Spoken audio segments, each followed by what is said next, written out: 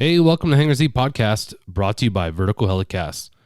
This is part one of a three-part series. This series is important for all public safety aviation units. It's important because we discuss the audit that was released by the LA City Controller's Office on the LAPD Air Support Division. The Controller's audit, in essence, questions the size, scope, and effectiveness of the Air Support Division. It appears this report was politically motivated and contains many fallacies in concept, and what it reports is factual information. The LAPD Air Support Division is well equipped to deal with and respond to the report to justify their program based on the stats they keep and the details of the program they keep track of. We've many times discussed how air support programs are the low-hanging fruit when it comes to politicians and bean counters. This three-part series will talk about LAPD Air Support's program and how what they do will help shape the way your agency keeps track of stats and program information. To discuss the audit, we brought in Mike Daly, who retired from LAPD after nearly 34 years of service. If you ever went to LAPD's aircrew course, you most likely heard Mike's course and his legendary one-liners. Mike Daly grew up in Latham, New York, enlisting in the military immediately after graduating high school in 1976. After his discharge from active duty, he returned to New York and attended college. In May of 1983, he was hired by LAPD and completed nearly 34 years of service. Mike worked his way to air support, having worked assignments in patrol, including 77th Division. He was a Metro Cannon handler, worked Rampart as a gang unit OIC sergeant and watch commander before he was selected to air support, where he was a watch commander and command pilot. Mike also completed a total of 24 years of military service with the U.S. Army in both the active and reserve components. Sergeant Daly served over 7 years in active duty, including an 18-month combat tour in Iraq. The LA City Controller's audit questions the time and resources dedicated to the LAPD Air Support Division's Regional Disaster Preparedness Training Exercise, which is also known as the LAPD Chili Fly-In. In this episode, we talk about the importance of the exercise and how the documentation of the exercise more than justifies its existence. I'd like to thank our sponsors, Garmin, Precision Aviation Group, and Technosonic. Welcome to the Hangar Z Podcast, brought to you by Vertical Helicasts. The Hangar Z Podcast is the first and only podcast dedicated to promoting and exploring the personnel and equipment behind the missions in public safety aviation. Join your host, John Gray, Jeff Ratkovich, and Jack Shanley. Still southbound, skidding to a stop. Stand by here. Looks like you're getting ready to bail. Heads up, guys, bailing. Okay, the guy, he's running through the house, jumping the fence, through the shotgun, through something out. Grabbing the shotgun. Don't go over that fence. Don't go over that fence. Grab the shotgun again. He is armed. Stay there. Hold your position. 4 on the stop. You're in custody. Good advising code 4 on the stop. Hey, welcome to Hangar Z Podcast. I'm your host, John Gray. I have a very interesting conversation in store for today. A conversation that is very timely, based on a report that came out of the LA City Controller's Office that was basically saying LAPD is in need of updating their policies, procedures when it comes to records and stat keeping, and needing to prove the value of their unit, which is interesting because I think of any aviation program in the United States, I feel like LAPD has done the most to document what they've done. In fact, I think my own agency followed what LAPD did when it came to developing and recording stats. So to do that, we have Jack Shanley with us as a co-host. Jack, how you doing, sir? Hello, John. How are you? Very good. Yeah, I've been anticipating this conversation for a few weeks. Yeah. This is important. When the initial report came out, it was one of those things. It's like, do we talk about it? And in talking about it, do we just, kind of blow life into this thing, or do we just let it go? But I felt like it was really important to talk about it. One, to refute what's being said in the controller's report, because I feel like it's a lot of rubbish. But two, as we know, other units are going to face the same problem. Whether it's a day from now, a week from now, or a year from now, we're always at risk for audits because of the nature of what we do and the high price tag that hangs from our program. So for those reasons, you and I talked and felt like it was really important to discuss this. And we talked about, who do we bring on that has the experience and knowledge to talk about audits and some of the things that go with that. Mike Daly was not only asked, but he agreed to come on and talk with us about this. Mike is former LAPD, and I had the benefit of sitting through his class at the LAPD TFO course, the crew course, which was awesome. In fact, that was probably the last time I got the chance to hear you teach. It's been quite a long time, but happy to have you here, Mike. Thanks for joining us. Yeah, happy to be here. It's happy to talk about this and all of it. Yeah, I think if anybody's been to the LAPD crew course in the last I don't know, 15 years. You remember Mike and his go-to line, which is what? Nobody's bigger than baseball. There's a couple that I use. That was the one. That was the one without profanity, and it was and it's a good one. The Dutch still talk about him with great reverence. Harold will vouch for that. Yeah, we just had the opportunity to talk to Harold, and I think that was one of the first things he said. Bigger than baseball. Which, they remember it. I'm a big baseball fan, so when I sat in your class, and I think that was one of the first things you said, I was instantly drawn in. You taught a really good course, so thank you again for joining us. Yeah, it's risk management, which you got to make exciting. It's very important, but it's dull, and so I, just tried to add some levity to it where it fit, and so it works out. It was fun. I enjoyed doing it. It did work. The fact that people still talk about it. Yeah. And say, bigger than baseball, Mike Daly. And they go, wow, he had an impact. They paid attention and they took things away from it. Not just that line, but they took the content away too, but they remember it. Yeah. As a matter of fact, John, just so you know, I mean, Mike does this because I handed it to him, but the Dutch, before they left the aircrew course, there was probably 6 of them. I went out to dinner with them. You said something the Dutch didn't want to hear, and they killed you. Yeah. The Dutch guys that were in town for the class, they bought a baseball. They went out and bought a baseball. They all signed it, and they all put, bigger than baseball and acronyms for some of his other sayings, and we got that to Mike. So that was a good. That showed how impressed they were and how happy they were. Yeah, his class was real interesting, and he's right. Teaching a class on safety or risk management, all those things tend to be fairly dry. And there's a special person that can step into a class like that and make it interesting, And I think this actually is one of those conversations too. I had it. Oh, you were looking at the baseball. Yeah. I had the Jack's seen my me wall, right? when we move and we my wife said I couldn't have a me wall, with all my stuff on it. So I showed her who was in charge. It's in a walk-in closet. so yeah. Hopefully she didn't hear me right now. But anyway, am I lying, Jack? No, you're not. I have seen it. Yeah. All righty, man. Well, we were just talking about how it takes a special person to be able to bring brevity and interest to conversations like safety, risk management. And this is one of those conversations too, talking about an audit. Like, I think most people are going to tune in and be like, what I want to hear about an audit for. But this is important to every single unit that exists. And we'll get into why. And the reason why, I guess, is pretty simple to state. It's what's happened right now to LAPD, the audit report that's been released.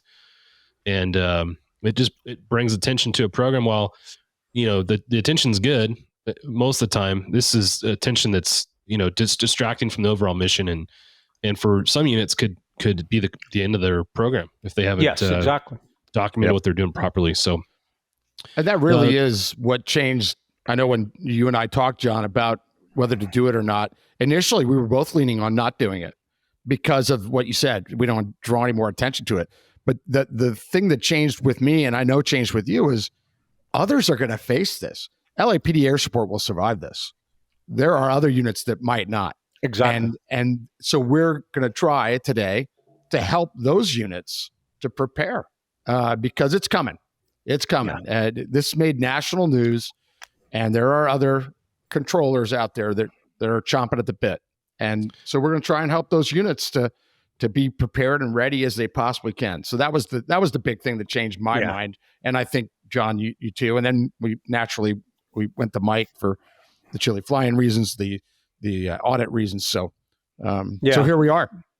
The one thing I like to say is if you're dealing in aviation, there is one surefire way to make a small fortune in aviation, and that is start with a large fortune.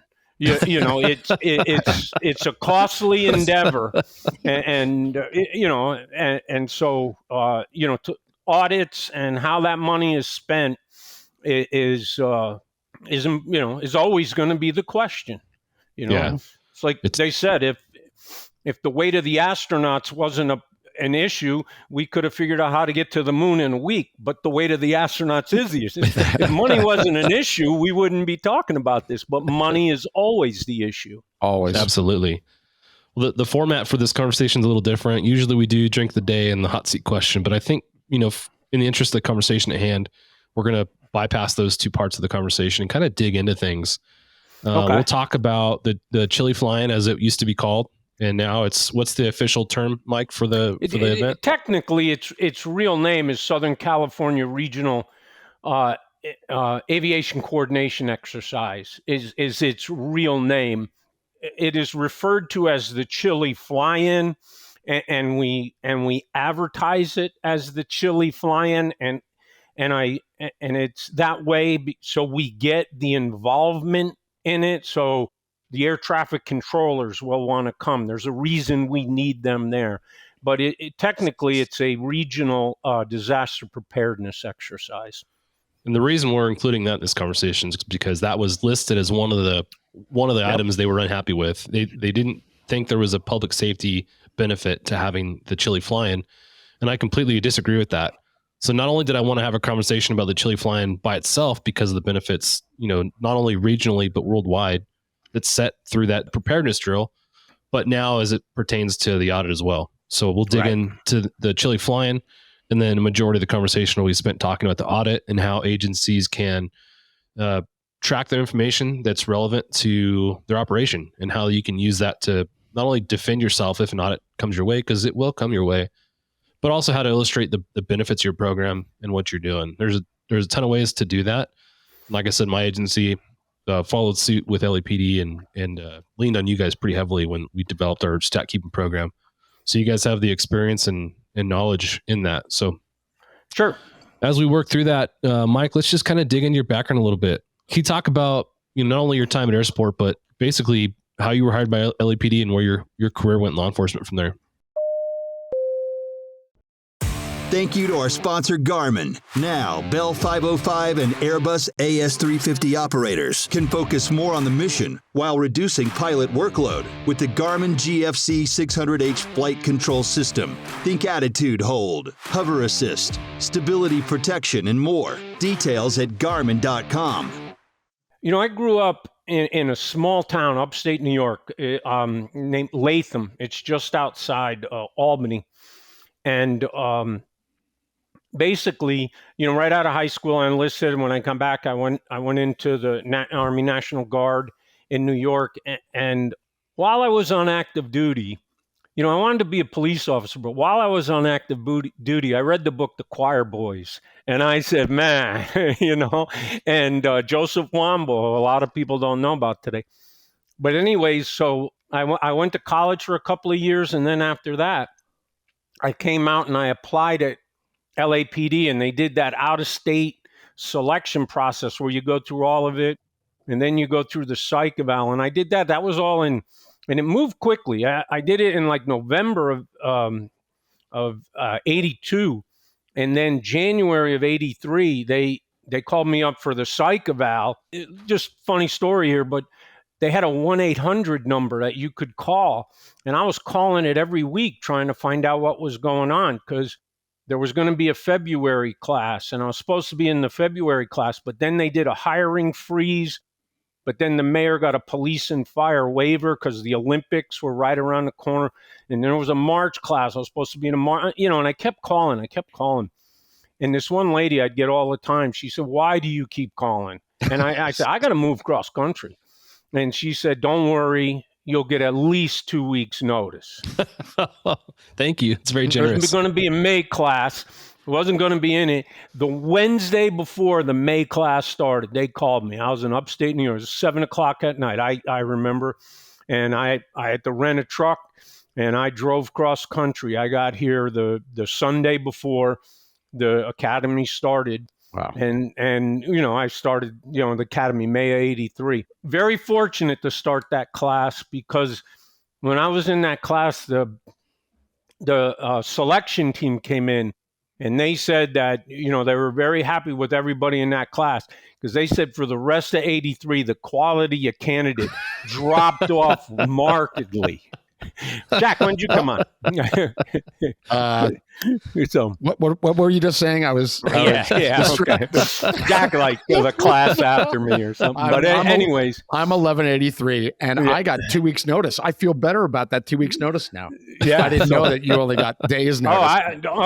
That's a story in and of itself. That's great. I had enough money to get here, but if I didn't make it in time, I wouldn't be in the class. So I couldn't go home. So I was just going to keep driving west until the bubble stopped, if I didn't make it. So, but anyway, but I went through the academy. I did patrol, West Valley and 77th.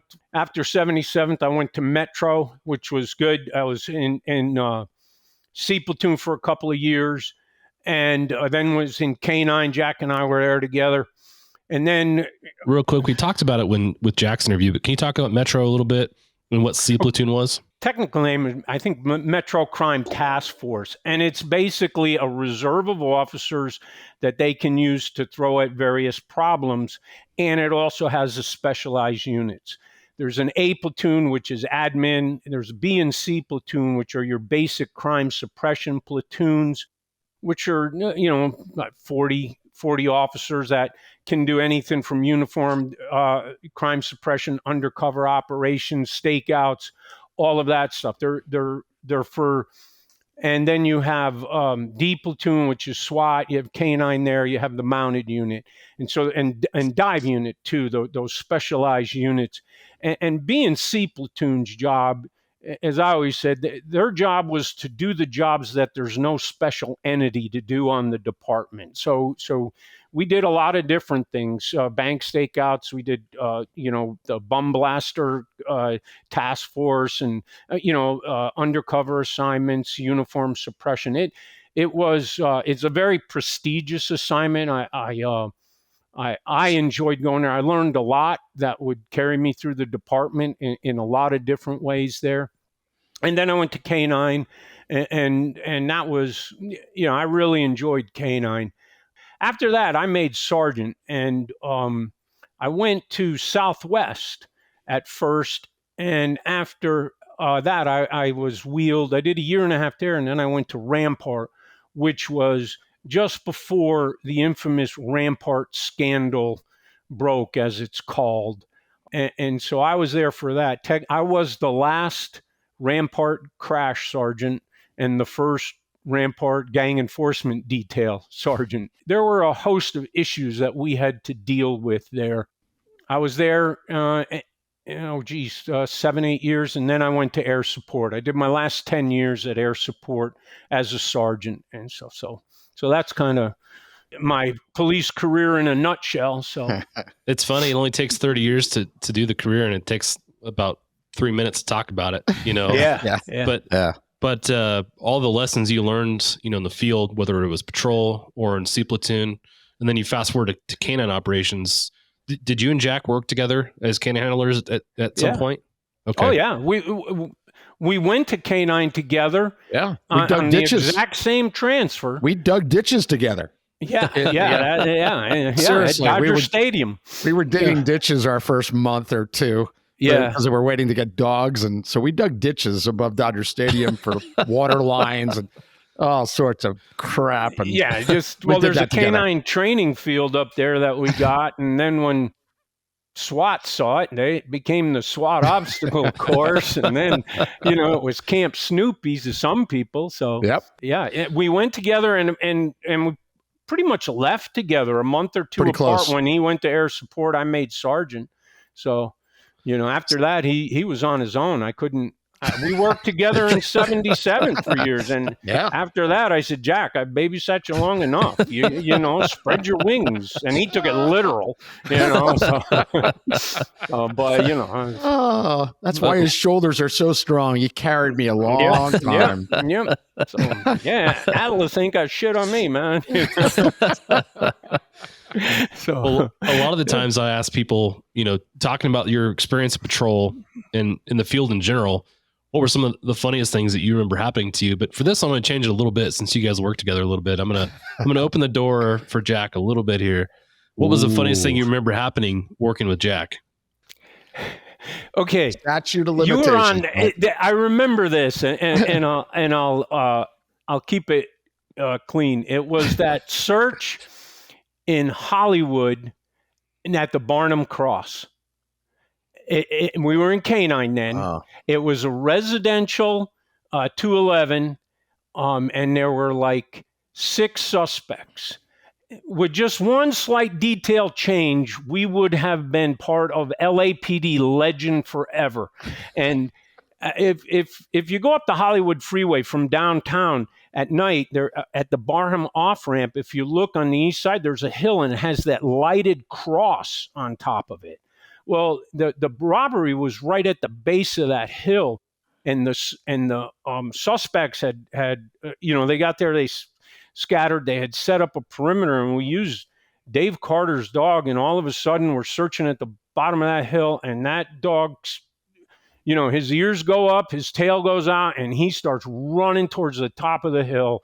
Long story short, we get up there, and there's one of the suspects laying right at the base of that cross, and we end up taking him into custody, and he was laying on a gun, and so had it gone to a shooting, it would have been right there in front of God and everybody because it's at the base of the cross.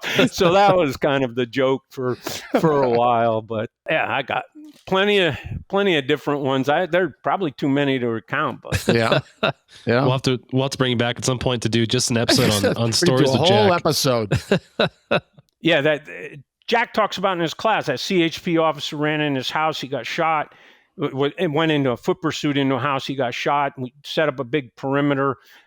Suspects in the house. They think he's in there. SWAT's set to hit the house. They've seen the curtains move. And it was a motor officer went to buy a pack of cigarettes at the corner, went in there, and the guy says, "Are you looking for the guy in that house?" He goes, "Yeah." He ran in here before everybody showed up, and he ran that way into that field. So we're saying, hey, we got him outside the perimeter. We got him over here. And SWAT's, no, he's in the house. We saw it move. And so SWAT so we said, well, we're going to go search. And so Jack and there were a few, was it you, Chris, Tico, and Gooseby, I think, were on the search.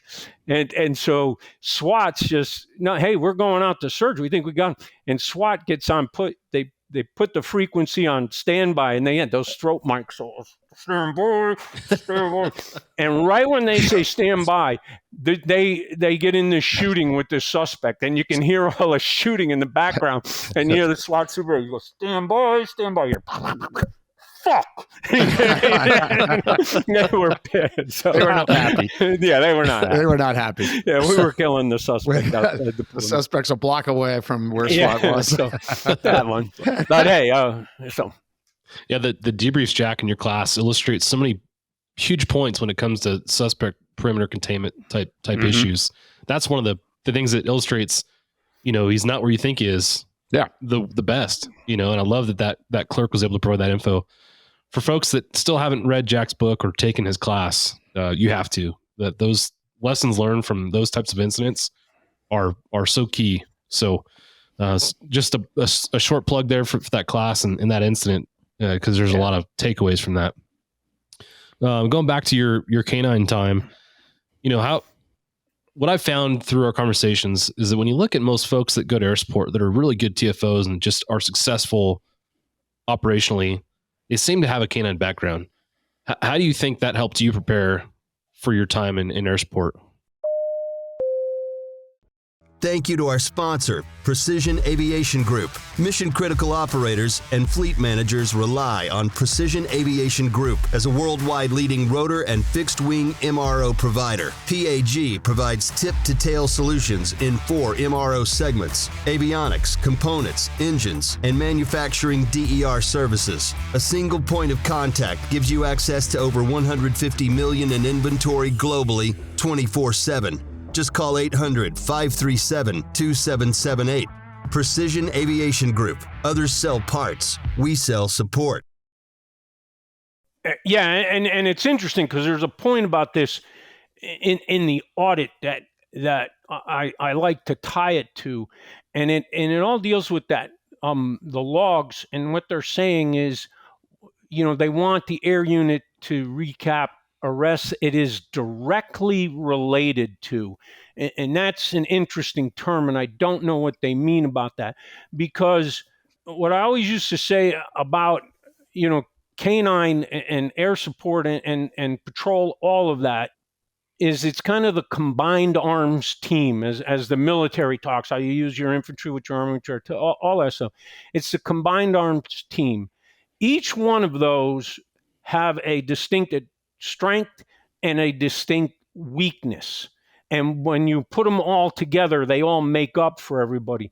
The canine systematic search really works because the perimeter is secured by patrol and the air unit forces the guy to stay put. And so when you kind of understand, that's the easy one. When you kind of understand your piece of the puzzle, you know how to do your piece better. And Jack will say this, there were times when we were in canine and, okay, nobody likes perimeters except for canine. All right, everybody else just sits there, they're bored. The air unit is flying, just pretending they're NASCAR doing left-hand turns all night. And nobody likes it. And we used to have them back when we were in canine. Every now and again, hey, the air unit, hey, you guys got this. We're leaving, and that would cause problems. And so when I was in air support, I was over perimeter. It didn't matter. Sometimes you're up there getting rocked by the wind, and my part is to make sure this guy doesn't move so canine can find him. So, are we directly related to that arrest? Because we find him under the house because he doesn't leave, so the whole team makes it happen. And when you work canine, you get to be the exciting part of the team, but you get to understand your part of the team. Now, going with that was, you talk about Jack's book in his class, and Jack will confirm this. I always tell him, Jack, you ain't shit. And that's because Jack and I, a lot of that stuff he talks about in the book, Jack and I did together in 77th back in the day. Yep. It was very exciting time to work there. We didn't realize it, but there's a lot of good lessons in what Jack says, because we know what happens when you don't do it right, because, a lot of that was School of Hard Knocks. It was. There were mistakes we made. So mostly Jack, but but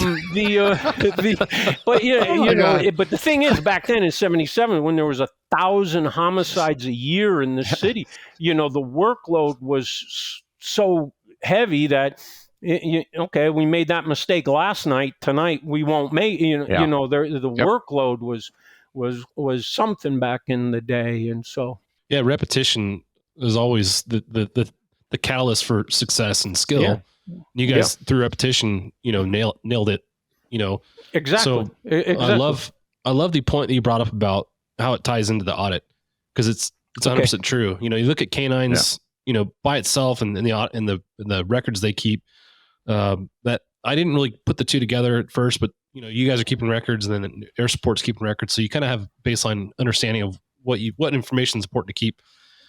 But you highlighted something else that was really important when it comes to an audit that could take place. You really succinctly talked about how the team works together for the overall benefit of the mission.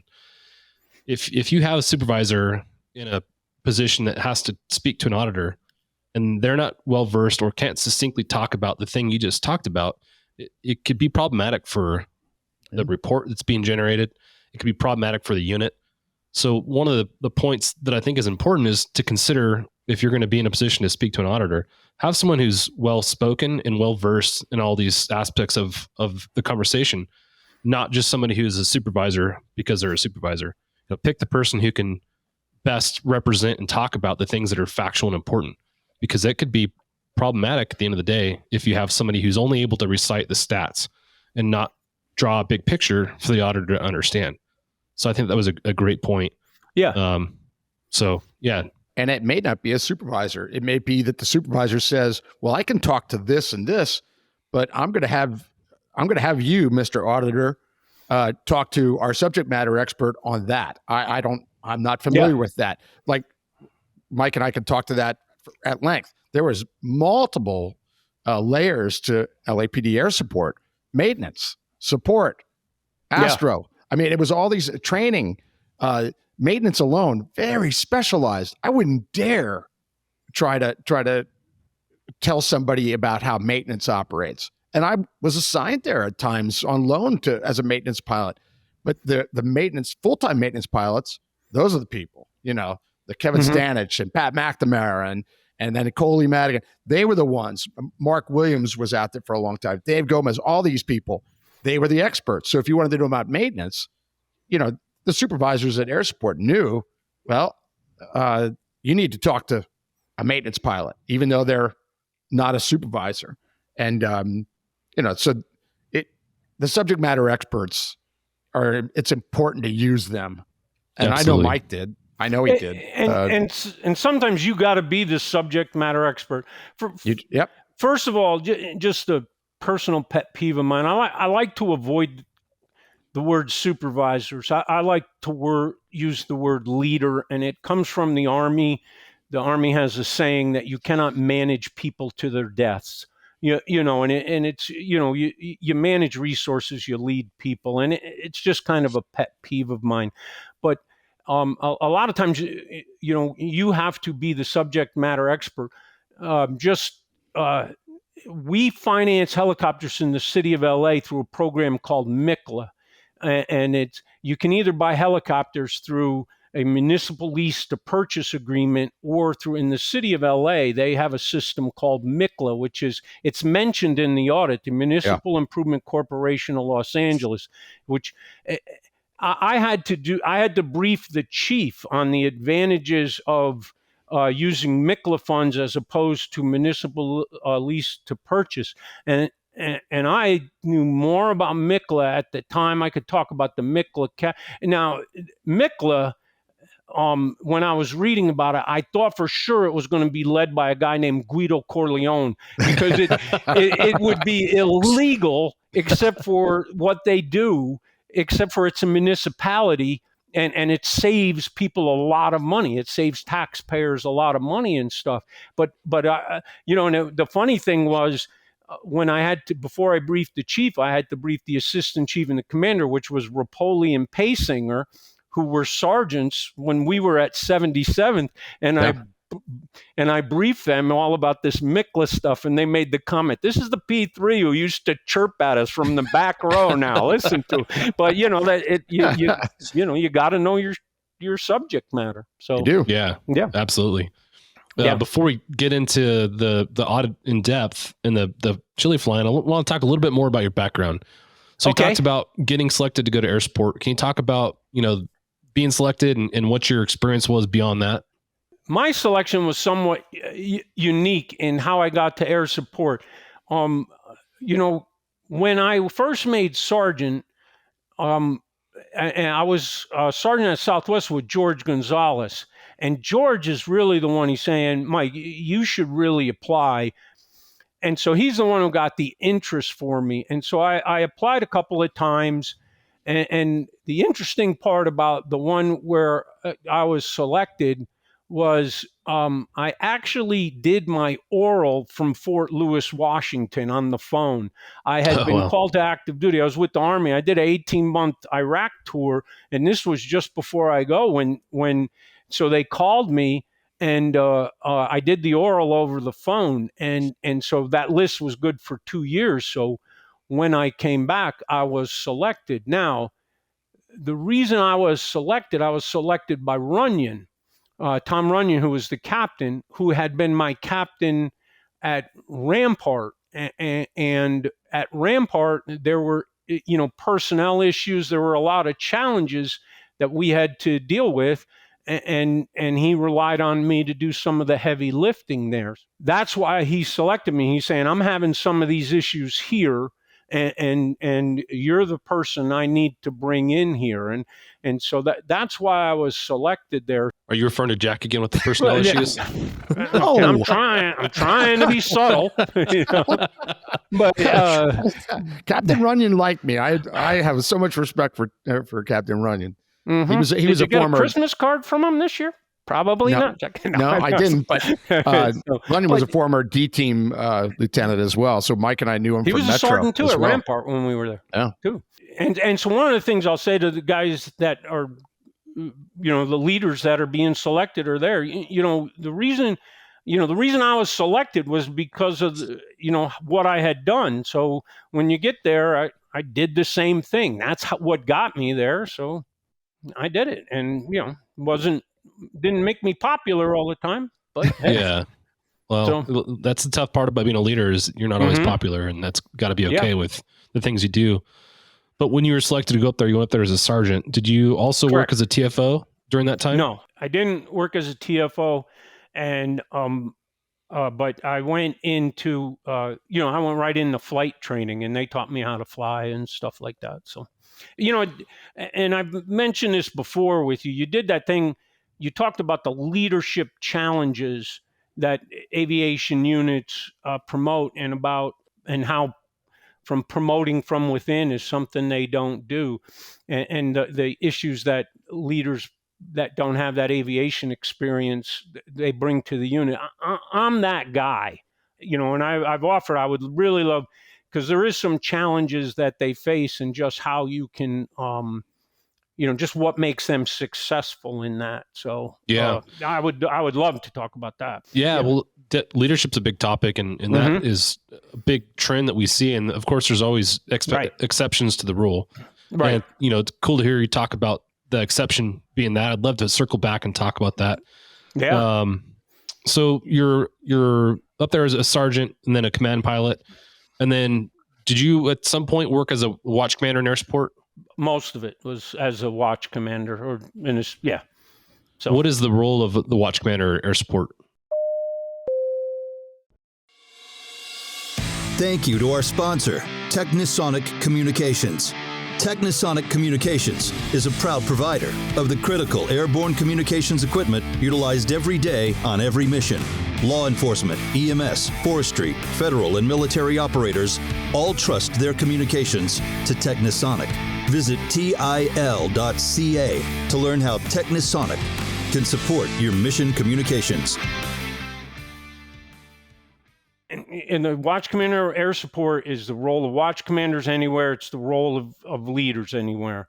It's the number one is to accomplish the mission. Number two is the morale and welfare of the personnel. And that's a very broad topic. Accomplishing the mission, so you have to make sure you're utilizing your personnel and your resources effectively and efficiently. And of course, I always want to say as safely as possible, but it's to minimize as much risk as possible. I mean, flying's inherently unsafe, so, and and then also take care of your personnel, make sure they're doing the right thing, make sure they know how to do their job, and things like that. And so air support is a little bit unique compared to like patrol because of the machine and all, but and the environment you operate in, but it basically boils down to those two things. So So in your role as a watch commander, I would imagine that's what led to your experience dealing with the Chile fly-in and then some of the audits that potentially came your way during your time there. Oh, okay. Yeah. I would like to talk about the Chile fly-in. I had the opportunity to go this year. I love that event. The event is good for so many things, and tying this back into the audit. One of the things the audit pointed out was that LAPD Air Support's doing things that don't have a benefit to public safety. Right. I think that was one of the things they tried to allude to was saying that the Chile fly-in, just calling it that by its name, has a certain it gives you a certain idea of what's happening there. But there is a lot of really important things that are happening at that Chile fly-in. Right. One of which is the relationship that's established with controllers, not just controllers within the city of LA, but regionally. You guys as a LAPD Air Support, you don't only fly in the LA basin. So your relationship with these controllers is important anywhere you go. So that's one of those things that once you establish that relationship and it's an ongoing maintenance of that relationship, there's an important benefit there for that by itself. Right. And then you get into, the benefits of the mass evacuation type scenario. And that's basically what you guys are rehearsing if there is a terrorist incident that took place in downtown LA where there's mass casualties, you have the resources and the understanding of how to bring in a lot of air power, if you want to call it Lift. that. It has a lot of lift capability. Yeah. So you guys understand what it takes to do that, whether it's a terrorist incident, a natural disaster, whatever the large mass casualty incident is, you guys have that knowledge in place and the resources in place to deal with it. And not only do you guys have that, but for all the folks and all the agencies that have visited, they've seen now how they can replicate that if need be. Right. My agency was one of them. When we were preparing to do our first fly-in training event, we went and worked your guys' deck and helped marshal aircraft and work to get an understanding of how that flow should look. And again, that helped us in the event we had, like I said, a terrorist incident or a large plane crash or a natural disaster. Earthquake. Yeah. So can you talk a little bit about the Chili fly-in, why it was renamed and just some of the history of that? Just some of the things that were changed. And a couple of things I'll say right off the bat. I am retired now, happily. I do not miss the job. I miss some of the people, but I do miss the Chili fly-in. And Jack and I have talked about this. Yep. I miss it too. Jack and I did a lot of the heavy lifting there. But going back to one of your points, and I'll talk about the importance of the Coast Guard in doing this, but we used to have the Coast Guard come in and captain of the port, and we had the commander of Air Station LA. They used to be out of LAX. Now it's a little different. But for them, when they would come in, certain people, the air traffic controllers would have their Chili. Those people, I had the event action plan. We would take them and we would brief them and show them the operation on just how it was going. And the commander of the Coast Guard Station LA said, man, I wish we knew you guys did this when Katrina hit, because it was a zoo and this is exactly what we needed. The ability to take that show on the road was something we did. But when my first year there, 2007, I got there, I'd heard about the Chili fly-in. I didn't know anything about it. And I was the tower supervisor. Okay. And luckily Jack was in the tower, and the sergeant was in charge. I was like, what do I do? And he gave me a sheet of paper that was probably 10 years old that had handwritten notes on it. And I go, well, what am I supposed to be doing? And they say, oh, don't worry about it. They know what they're doing. You don't have to worry about it. Which, to tell me as a sergeant that I start worrying about it. But anyways, what I saw, and this is a point I like to make about it, and we did this. And the Chili flying started in '83, and it was just LAPD. And then it grew over time. Hey, the sheriffs want to get involved. And then eventually it grew to this massive thing. There was a lot of institutional knowledge in it, but there were guys who did the same thing every year. And he does this. He does Jack's in the tower. And nothing was written down, nothing. And what it really was a bunch of individual groups kind of working in unison. Nobody was in charge. And so the first thing you can see, and you pointed out, is, man, this is an incredible disaster, incredible lift capability. I'd finished my Iraq tour, where you're very sensitive to that. But the other thing I saw was there's an incredible amount of risk here, and it was not organized. So that's when I said, I want to take it over. And so it was Holbrook and I. And the first thing we did is we sat down and said, okay, we got to fix some things. And here's the important part. And it goes into, the sergeant who doesn't have aviation experience. The one thing I learned, and I got it from a commissioned Army officer who supervised warrant officer pilots. And I was like, how, because it's similar to ours. And he said, what you want to do is, when you can't always do this, but instead of directing people to do things, you want to challenge people to do things.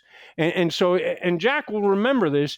What we eventually did is we did that risk assessment meeting. There was you, me, Bolanos, and we all sat down and we went through that whole thing. And we got a good structure. We developed training plans. We had a written risk assessment. Yep. We did all of that, and then we put it together. Now, the first year, that we did that, I wrote an op order and ICS forms, risk assessment, commo plans. We had all of it, and I tested it, and the system worked. Well, then after that, once I knew, okay, we got this working, there were bugs that we would work out. Then I said, okay, if we're going to say it's a disaster preparedness exercise, it has to be a disaster preparedness exercise. And it really is. But, and this is one point I like to point out, and I kind of got ahead of myself, is that risk assessment where we sat down and we went through, and it was a lengthy procedure. We went through all of it. That was a big one. There's so many things. Yeah, we did it step by step by step. We came up with training plans, control, all that stuff.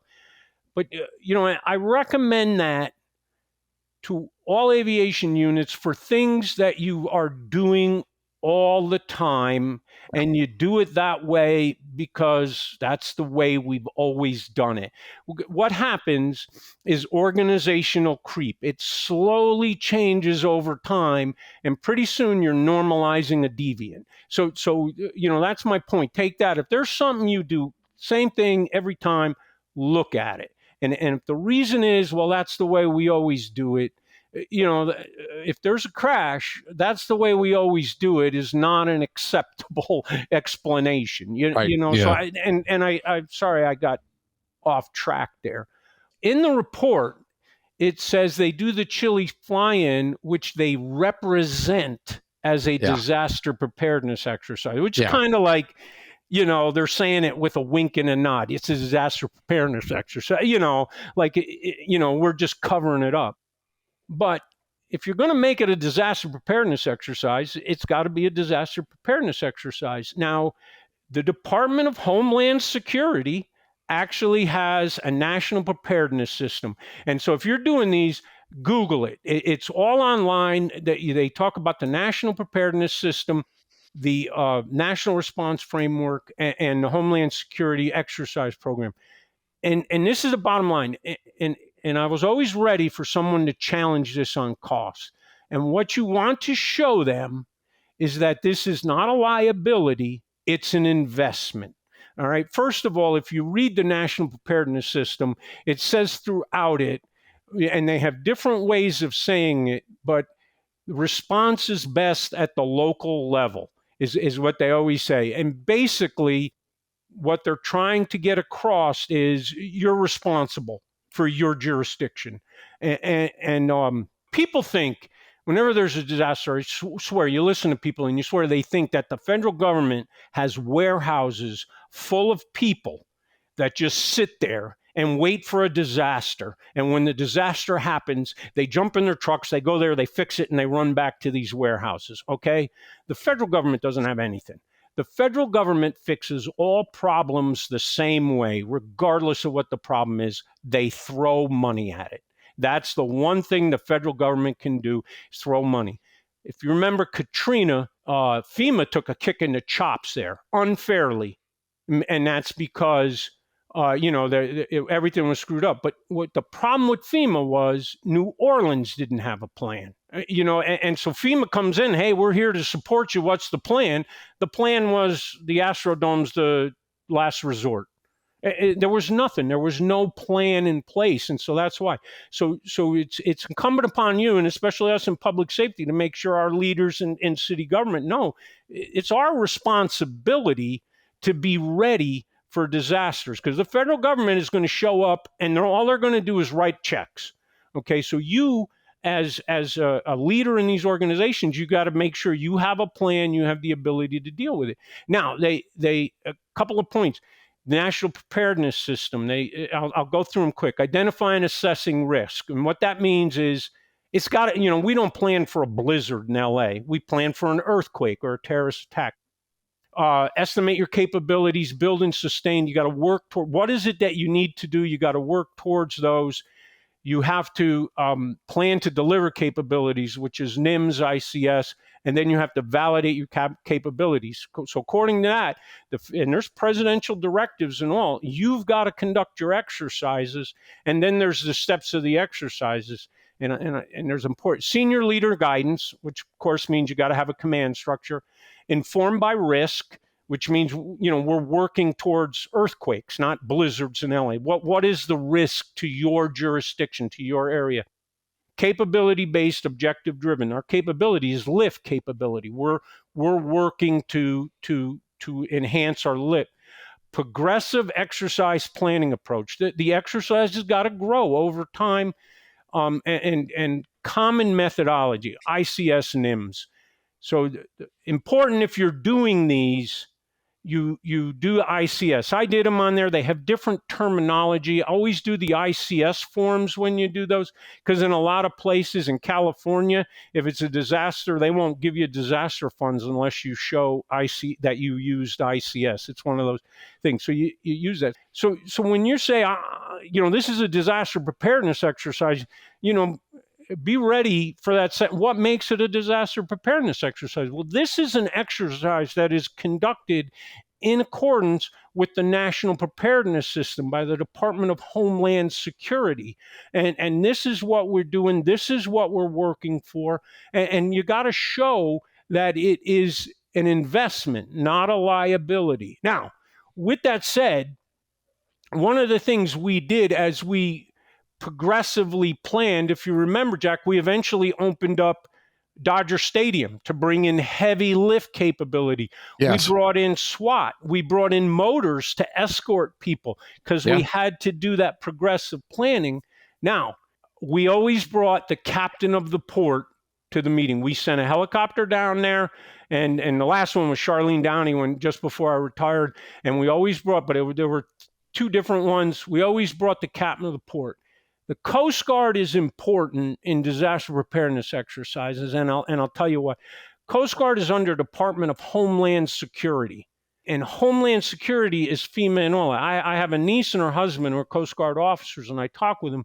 And it happened in Katrina when FEMA got fired. It was a Coast Guard admiral that take over. And if you look now in a lot of these disasters, it's the Coast Guard. And I talked with my niece, the Coast Guard and FEMA have this joint command structure because Coast Guard's, it's not under Department of Defense, Department of Homeland Security. So we always made sure the captain of the port was brought in, because if there's a disaster, that person right there, the captain of the port, is the highest ranking member of the Department of Homeland Security in Southern California. They're probably going to go to her and say, okay, what can we do? And so we made sure she knew our capability. And so when you do things like that, the other one, and I didn't bring this in, I didn't think of it until after, is the district commander for the Army Corps of Engineers. They have a response in this. So, when you're doing that, the exercise, you want to make sure you show people, but that it is, first of all, it is an exercise, and two, that it is part of a bigger system, and that they can call on you, and you will, so when the disaster hits and they go to the FEMA representative down there, what can we do? He said, well, first of all, you just write them a check and we'll get this. And they don't have to worry about it. They know it's going to be done. And so that's what that is. Now, it ties in, like, glad to hear your department's doing. Pasadena used to do it at the Rose Bowl, and it all ties in, that massive lift capability. And we did have the military come in. They couldn't transport, but they would fly. We would leave their helicopters over at Dodgers, and some drove up and did that. But I'm sorry, when I talk about the chili flying, my eyes glaze over and I just go into a trance. I do miss it. I do miss the chili flying. So this is the end of part 1 of our conversation with Mike Daly. Join us for part 2, where we continue to discuss the audit released by the LA City Controller's Office. Stand by for a message after a word from our sponsors. Thank you to our sponsor, Garmin. Now, Bell 505 and Airbus AS350 operators can focus more on the mission while reducing pilot workload with the Garmin GFC 600H flight control system. Think attitude hold, hover assist, stability protection, and more. Details at Garmin.com.